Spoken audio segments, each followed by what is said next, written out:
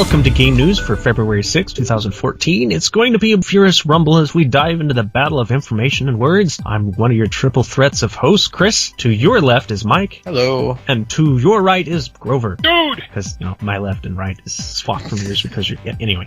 So, Mike, what you got for us? Oh, my first? Yeah. Ooh. So if you listen to us in the round table, you know that we talked a lot about Nintendo, but we have some additional news that we did not mention. We'll start with the news that the family of Hiroshi Yamauchi, the grandson to Nintendo's founder and the man who made Nintendo into the giant it became, is planning to sell his almost 7.5% share in the company back to Nintendo for well over $1 billion. US dollars, by the way, not yen. While it could be unrelated family issues, it isn't hard to make associations with Nintendo's failing Wii U console and its financial woes to this sale. From the plus side, the Pokemon Bank actually started up this week. It did, but in the EU, it didn't come to America. Still waiting. Hurry up, Nintendo.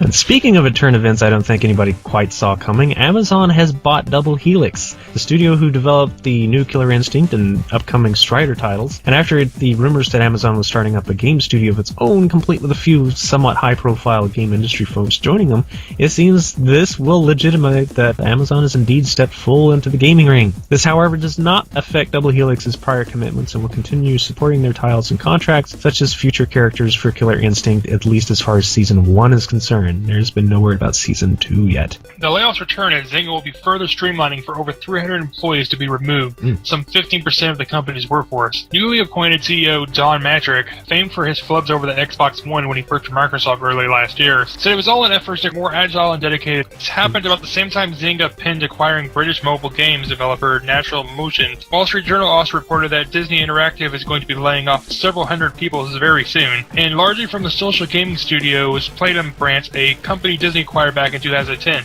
And again, it seems to be largely about streamlining and reorganizing their business model. And then there's EA's EA-like studio getting downsized as the studio is turning its attention towards mobile gaming even more fiercely than it already was. The team is largely famed for being behind several sim expansions. EA also reluctantly downsized Ghost Game Studios, who just released Need for Speed Rivals. It was struck in such a way it almost sounds like the studio is no longer, but is allegedly letting full-time workers stay in the office to provide assistance to the latest incarnations of the Dead Space series. The unannounced Need for Speed title Ghost Games was working on has been suspended, at least temporarily. And I'll add one more that's less layoff than it is surprising. Studio Switch, as head designer and a producer for CD Projekt Red, famed for the Witcher series, have left work on Witcher 3 to join a small indie team of 11-bit studios. Both companies reside in Poland. Okay guys, get ready for this. Probably one of the biggest and most player-expensive events in MMO history happened in EVE Online this last week, called Gaming's Most Destructive Battle Ever by the game's developer CCP. A player-run corporation in the game called Havoc had recently got its hands on controlling an entire solar system, but had neglected to set up its automatic payment to pay for the bills to keep control, and lost the system, thus making it pretty much open territory. However, its importance was huge in that even though the solar system itself was pretty much worthless resource-wise, it was the launching point for the giant pandemic Legion Alliance, who had been waging a war against other corporations for months. Seeing their chances, the opposition of the largely Russian alliance and a coalition called the CFC Alliance directed a monumental attack on the solar system. Over 7,500 players joined in the conflict, which lasted some 21 hours straight. Over 75 Titans, and Titans are the game's most expensive and valuable ships with thousands of man-hours apiece and all the more resources valued at $3,000 in real US cash apiece. 75 of them were lost in the epic conflict along with several hundreds of other crafts, meaning that well over 11 trillion in game damages has occurred, estimated worth of some $300,000 to $330,000 US. Holy shit.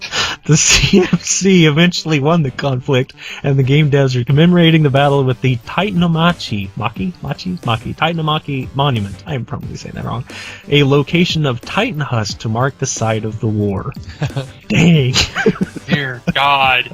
I had heard about that was it. Expensive battle. Yeah. Recently, there's been a scandal involving the works of, I'm going to totally butcher. Okay, I'm only going to say it once. And I just copy-paste. Then you just copy-paste.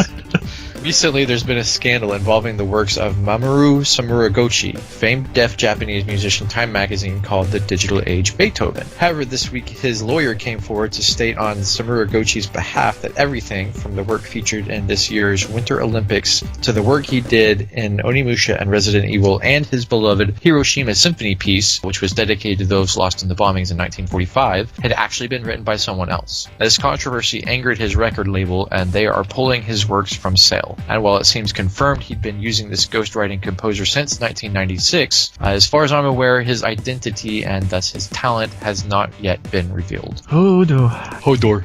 You see that all the time in the music industry, but it's still kind of a whoa every time it happens. And some rapid fire! Whatever. A teaser code was broken to reveal that a new Duke Nukem game is being made for the PS4 and PC that will be an action RPG powered on the Unreal Engine. A new version of the Ouya is now out and available with many improvements, including 16 gigs of storage for $130. Minecraft's last few snapshots have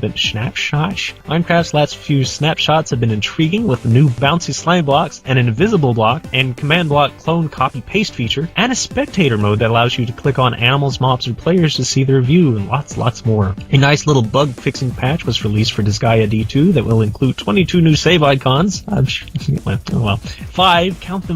new DLC packs for Saints Row 4, including new vehicles and costumes, as well as a new group of superpowers all about nabbing the bling from those around you, and the Lara Croft outfit DLC for Lightning in Final Fantasy XIII Lightning Returns. And lastly, OperationRainfall.com is looking for reporters, article writers, and especially Japanese translators. It's all volunteer work, but they'd be happy to hear from you if you've got what it takes.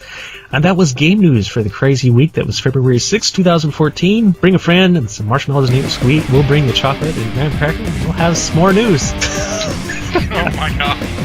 That was terrible. Yep. See y'all next week. See you next time.